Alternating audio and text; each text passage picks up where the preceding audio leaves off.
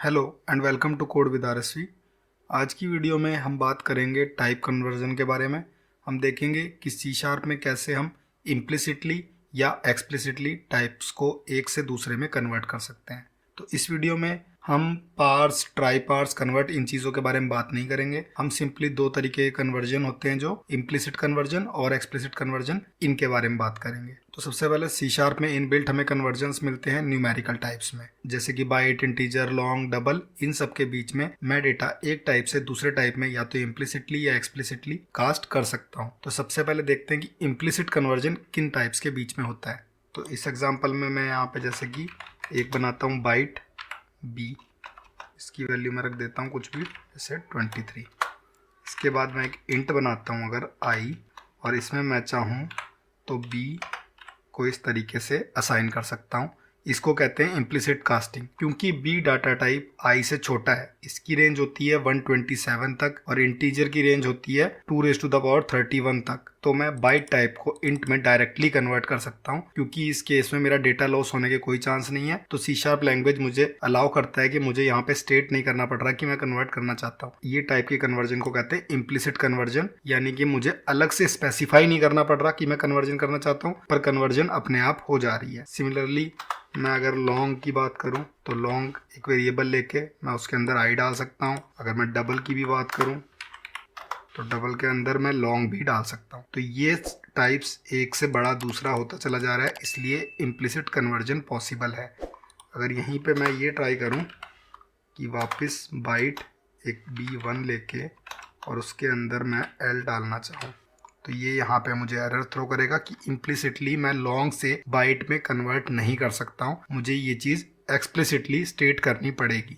तो इस तरीके से बहुत सारे टाइप्स होते हैं जिनके बीच में इम्प्लिसिट कन्वर्जन पॉसिबल होती है। आप इस टेबल में देख सकते हैं कि कितने सारे टाइप्स हैं जिससे मैं दूसरे में इम्प्लिसिट कन्वर्जन कर सकता हूँ। अब सेकंड पार्ट पे आते हैं, जो कि है explicit conversion. Explicit conversion just इसी की तरह होती है, बस मैं यहाँ पे एक्सप्लिसिटली स्टेट करता हूँ कि मैं इस टाइप में इसको कन्वर्ट करना चाहता हूँ। तो जिस भी टाइप में इम्प्लिसिट कन्वर्जन पॉसिबल नहीं होती है उसमें आप इस तरीके से एक्सप्लिसिट स्टेट करके कन्वर्जन कर सकते हैं। इवन जहाँ इम्प्लिसिट पॉसिबल है वहाँ पे भी आप इस तरीके से एक्सप्लिसिट कन्वर्जन कर सकते हैं, बट इसका कोई बेनिफिट नहीं है, इसीलिए मुझे यहाँ वार्निंग दे रहा है कास्ट इज रिडंडेंट। इस चीज़ की ज़रूरत नहीं है, ये ऑटोमेटिकली हो जाता है। तो मैं बाइट में वापस अगर एल को करना चाहता हूँ तो यहाँ पे ये मेरा हो जाएगा। बट इसमें एक चीज़ आपको ध्यान रखनी है कि इसमें डेटा लॉस होने के चांस है। अगर मैं यहाँ पे 5, 6, 8, 9 इस तरीके का एक वेरिएबल ले लूँ और इस बाइट को मैं प्रिंट करूँ, तो देखते हैं कि वैल्यू क्या प्रिंट होगी।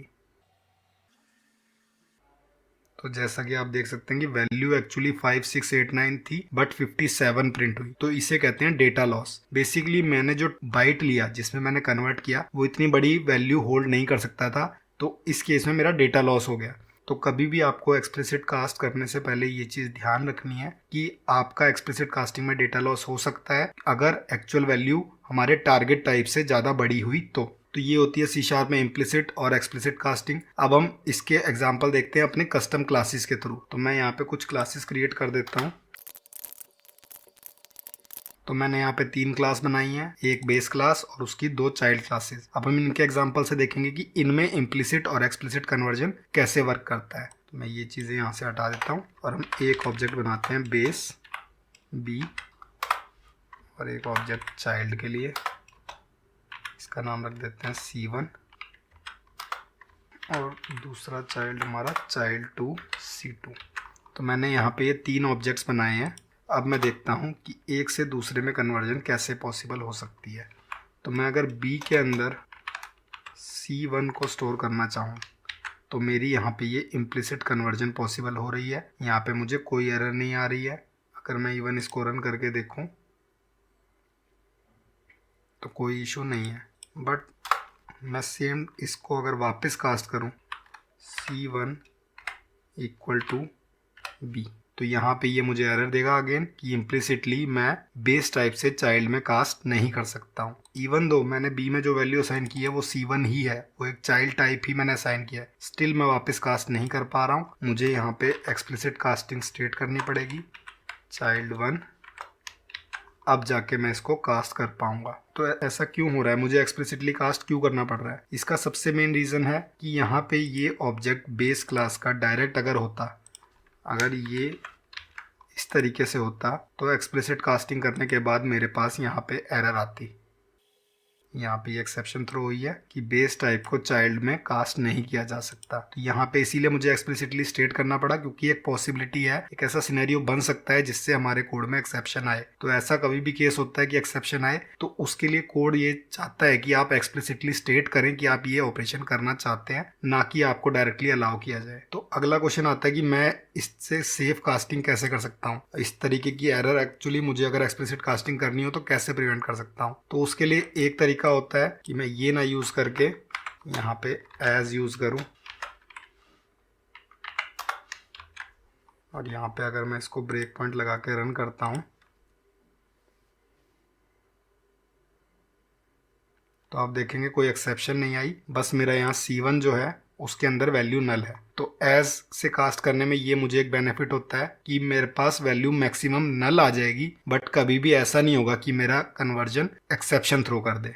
तो जब भी आप कंफ्यूजन में हो एज का यूज़ कर सकते हैं, या इसके अलावा एक इज कीवर्ड भी होता है जो एज के साथ अक्सर यूज़ किया जाता है।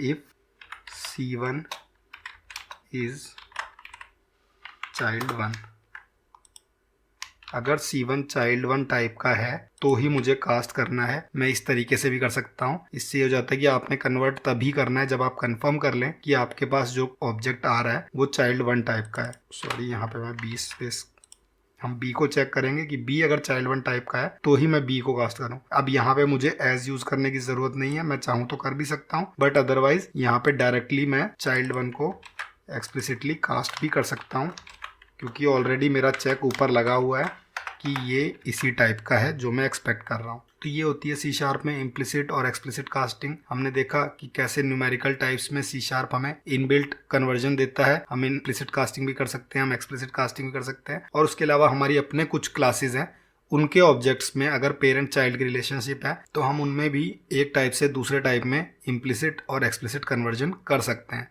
तो अगर आपको ये वीडियो अच्छा लगा तो इसे लाइक करें और ऐसी और वीडियोज़ के लिए चैनल को सब्सक्राइब करें।